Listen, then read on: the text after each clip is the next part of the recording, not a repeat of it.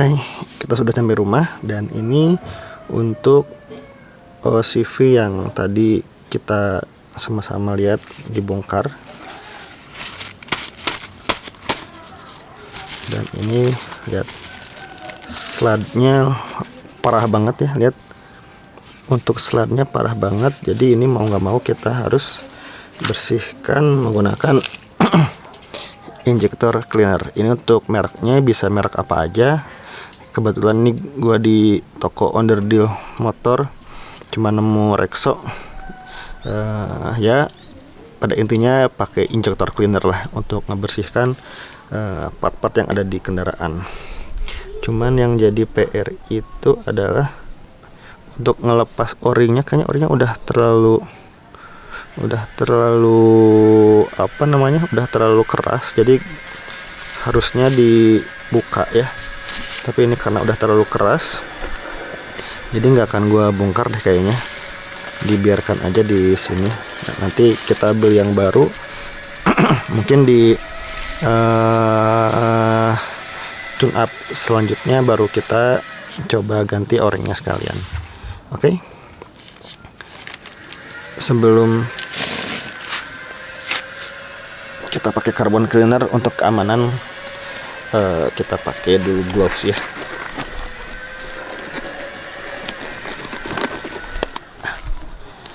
Ya jaga-jagalah, walaupun sebenarnya bisa kita langsung cuci tangan, tapi kenapa sih nggak cari aman aja. Oke, bismillahirrahmanirrahim, kita coba.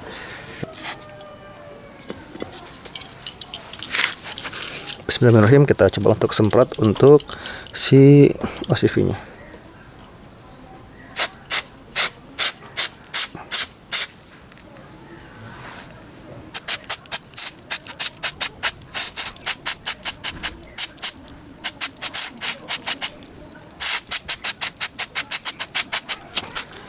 Nah, udah bisa kelihatan sendiri, lihat di bawah sini. Padahal belum digosok-gosok, belum di ngapain, tapi kotorannya udah pada turun semua. Dan ini pun tadi semprot sedikit udah langsung rontok nih untuk slide-slide yang ada di luarannya. Walaupun di sini sebenarnya masih banyak nih yang harus kita bersihkan, karena kalau nggak dibersihkan nanti ini menghambat jalur oli yang ada di VVTi. Karena kan VVTi itu dia mengatur cam ya. Jadi kalau misalkan di putaran rendah dia camnya lebih membukanya lebih dalam, lebih lama agar tenaganya keluar. Tapi nanti di putaran tinggi dia akan geser dan menggeser si camnya juga. Akhirnya untuk intake-nya nggak begitu lama membuka, jadi lebih efisien bahan bakar dan putaran tingginya lebih enak lah. Jadi ini harus selalu bersih. Oke, kita lanjutkan lagi untuk pembersihannya.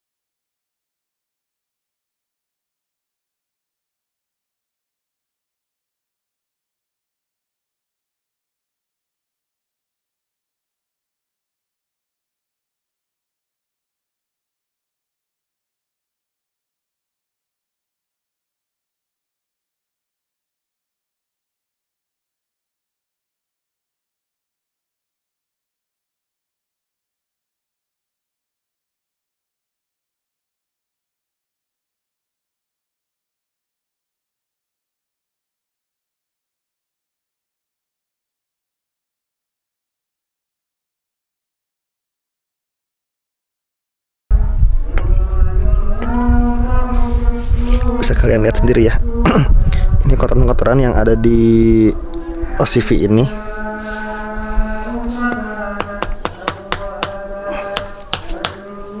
Gak tahu udah berapa lama nih si OCV ini nggak dibersihin. Nah ini kenapa gua elap ya, buat meminimalisir aja karena kan o-ringnya nggak gua ganti nih karena kan belum ada. Kedua memang si o-ring ini agak keras, tadi udah gua coba lepas si o-ringnya tapi takutnya dia udah keras, udah getas, terus pas gua cabut nanti malah belah.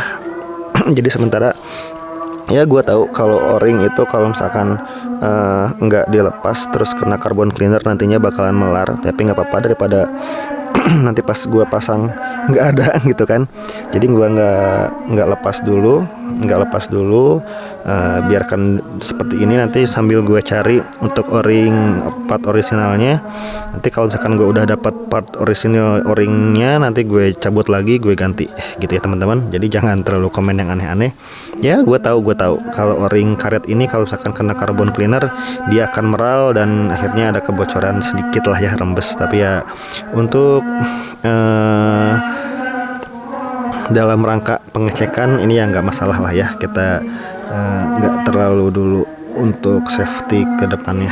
Jadi tetap ini gue cuman penasaran ceritanya, karena gue udah punya firasat kalau misalkan si OCV ini kotor banget gitu. Oke, kita lanjut pembersihan dulu, nanti hasilnya seperti apa kita pasangkan lagi di mobil ya.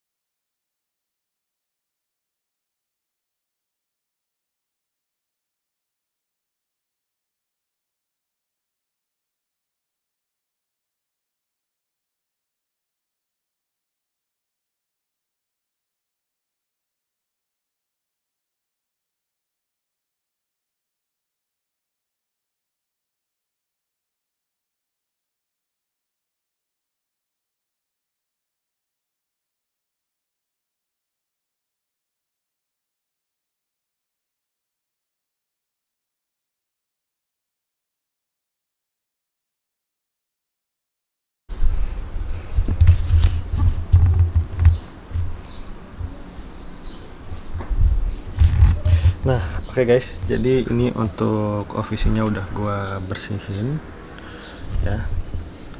Nah, itu gua lagi mikir gimana caranya untuk lubang di ofisinya ini bisa bersih, tapi sepertinya ini PR lagi ya. Jadi sementara mungkin akan gue biarkan dulu aja demikian gitu ya. Penting gue udah tahu nih untuk ofisinya nggak terlalu kotor, atau mungkin gue bisa pakai tisu mungkin ya, boleh nggak ya? Bismillah aja lah, yang penting nanti tisunya nggak tertinggal di dalam. Dan pasti ini muncul untuk pro dan kontra ya. Yang jelas tadi ini tisunya nggak tertinggal di dalam ya. Tuh, ini untuk ofisinya udah gua bersihkan dan lalu kita pasang lagi untuk ofisinya di tempat. Nah, oke, kita pasang dulu karena gua nggak bawa tripod, jadi gua skip dulu aja ya untuk pemasangannya. Yang jelas nanti ini bentar gue bersihkan dulu, takutnya ada sisa-sisa yang nempel.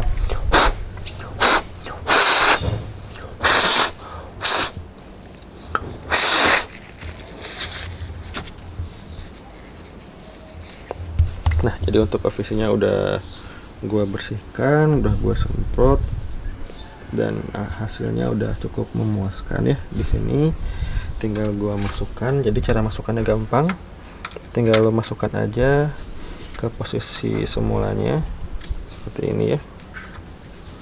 agak deg-deg ser nih masukinnya. Jadi gini, tinggal lo masukin.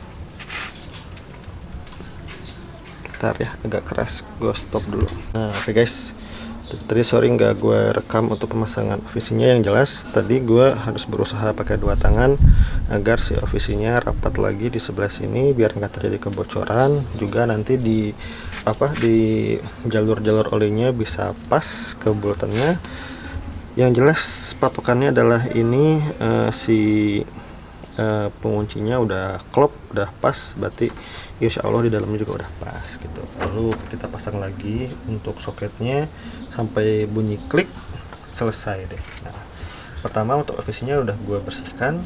Yang kedua, step keduanya sekarang tinggal PR-nya ngebuka untuk filter ofisinya, karena percuma nih kalau si ofisinya udah bersih, udah lancar ibaratnya jalurnya, tapi kalau di filter oli yang masuk ke ofisinya kotor juga percuma, karena kan oli masuk dulu ke filter tuh. Nah kalau filternya kesumbat ya otomatis ya oli yang masuk ke ofisinya juga akan terhambat gitu, jadi sama aja. Makanya gue mau cari dulu untuk untuk kunci L, kalau nggak salah nomor 8 gitu, setelah gue baca. Jadi nanti setelah gue dapat kunci L nya, kita bongkar lagi yang kedua kalinya untuk filter ofisinya. Oke guys, mungkin video yang ini terlalu panjang ya, kita potong di video berikutnya. Oke guys, terima kasih yang sudah menonton. Yang mau komen, yang mau koreksi, yang mau masukan, silahkan. Gue terima masukan kalian, karena gue juga sebenarnya belajar sih, karena hobi mesin aja dan gue nggak terlalu paham masalah yang detail-detailnya. Jadi kalau buat kalian yang gak usah ragu, mau komen mau koreksi juga monggo, nggak apa-apa, komen-komen di bawah. Oke guys, terima kasih. Assalamualaikum warahmatullahi wabarakatuh. Bye.